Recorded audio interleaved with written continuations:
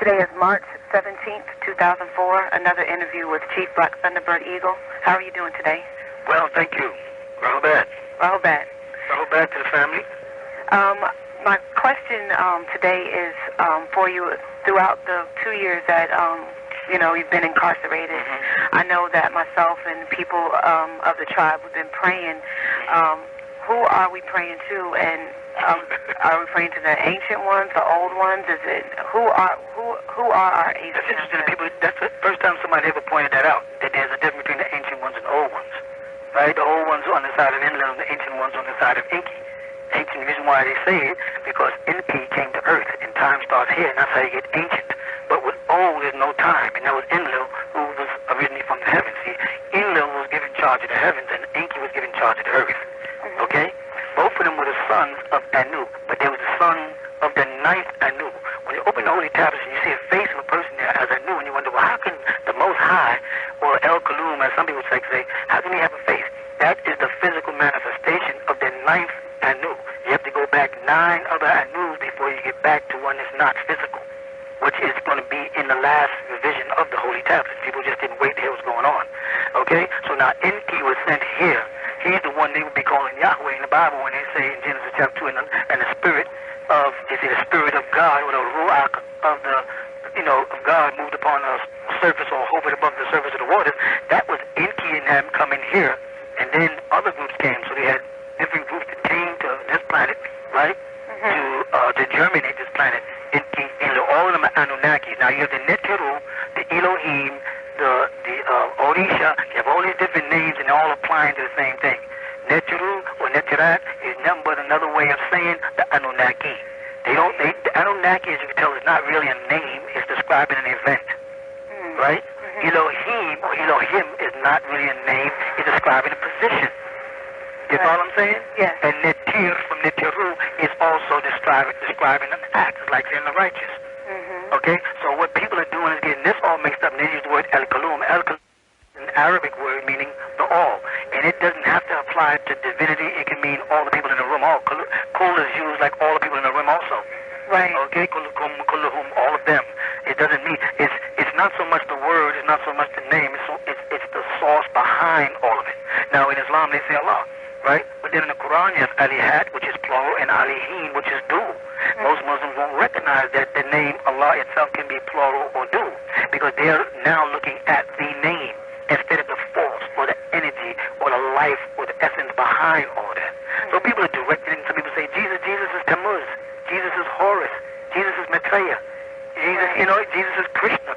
That's just a name of an event that took place in ancient Egypt that has remanifested itself over and over again and moved around the world from culture to culture to people to people.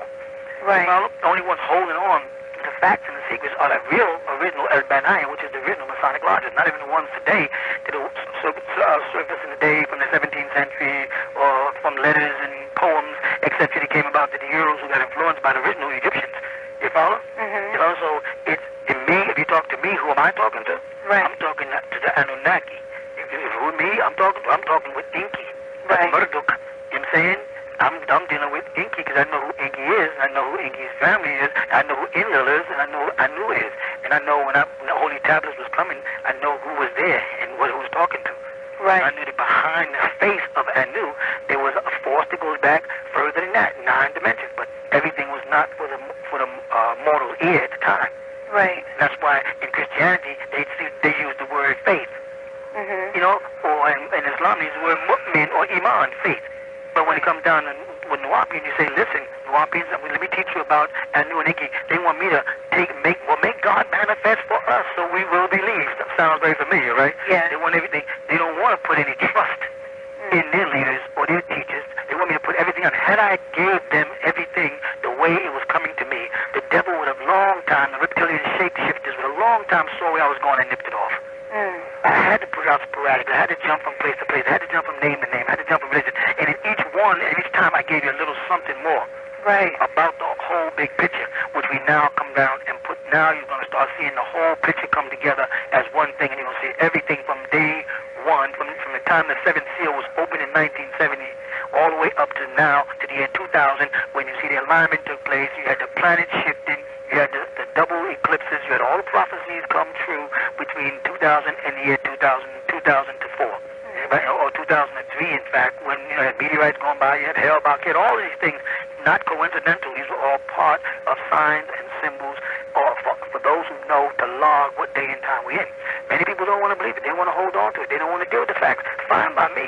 I mean, I know what I am. I know who I am, and I know that my miracle is in my works, not in my mouth and not in my hands.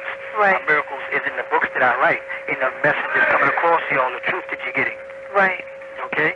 Okay, so in saying that, how do we know that our prayers are being answered if people Your prayers are being answered now, because you can see how the ancient ones and the old ones are manifesting their mistakes.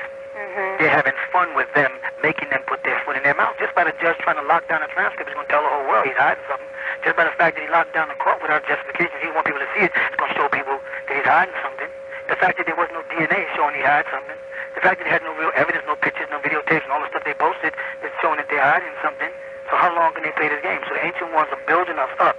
Just like when Jesus said about Lazarus, and his sister said, well, Lazarus is dead. He said, no, he's not sick until death. He's sick until the glory of God, as he put it, and the glory of the Son. That's how he made it clear.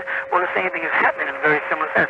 What's happening is they're making this big thing up, and it's going to be so dynamic and so great, right, that when it gets blown up, it's going to happen. Now the whole world is moving on. What in the Wapians? What does that name Nawapian mean? Who is that guy, Amanubi Ra'akata? Who is that Malachi? Why all these names? Why were they Muslims? Are they Christians? Are they Jews? Are they Masons? Are they Egyptians? Are they Indians? Are they Sumerians? What are they? Are they pagans? You know, but what you know the main thing is? What is that? What are they? Who are they? Why are they? When are they? Next comes out, where are they? Right. Right here. Here we are. You've been looking for all the time. We have the answer. We are the answer to your problems.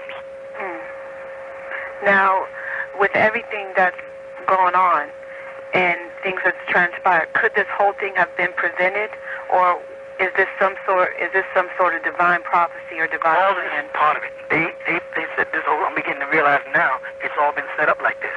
This was their way to make everybody worldwide know who we are.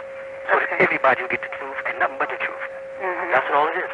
And that comes in the form of Nuwapu, and it comes in the form of right knowledge.